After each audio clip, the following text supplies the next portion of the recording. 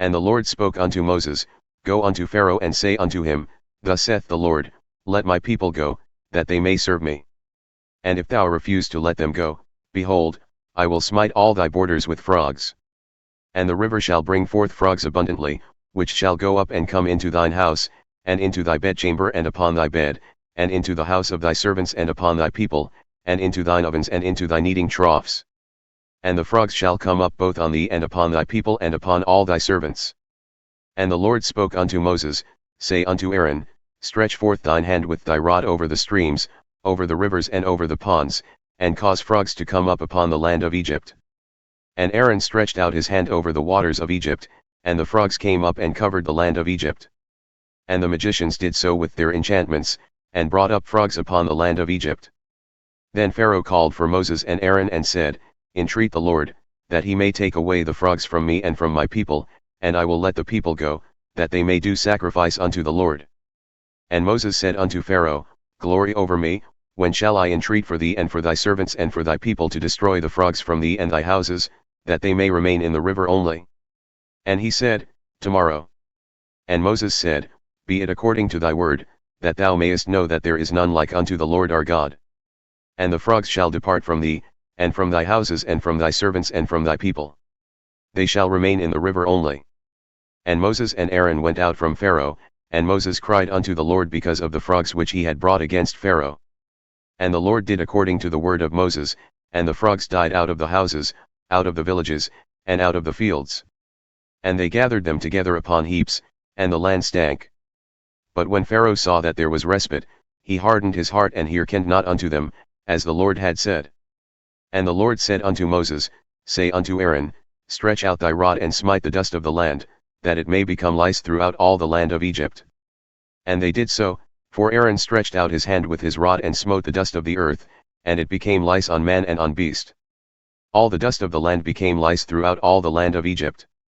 And the magicians so did with their enchantments to bring forth lice, but they could not, so there were lice upon man and upon beast. Then the magicians said unto Pharaoh, This is the finger of God. And Pharaoh's heart was hardened, and he hearkened not unto them, as the Lord had said. And the Lord said unto Moses, Rise up early in the morning and stand before Pharaoh. Lo, he cometh forth to the water, and say unto him, Thus saith the Lord, Let my people go, that they may serve me.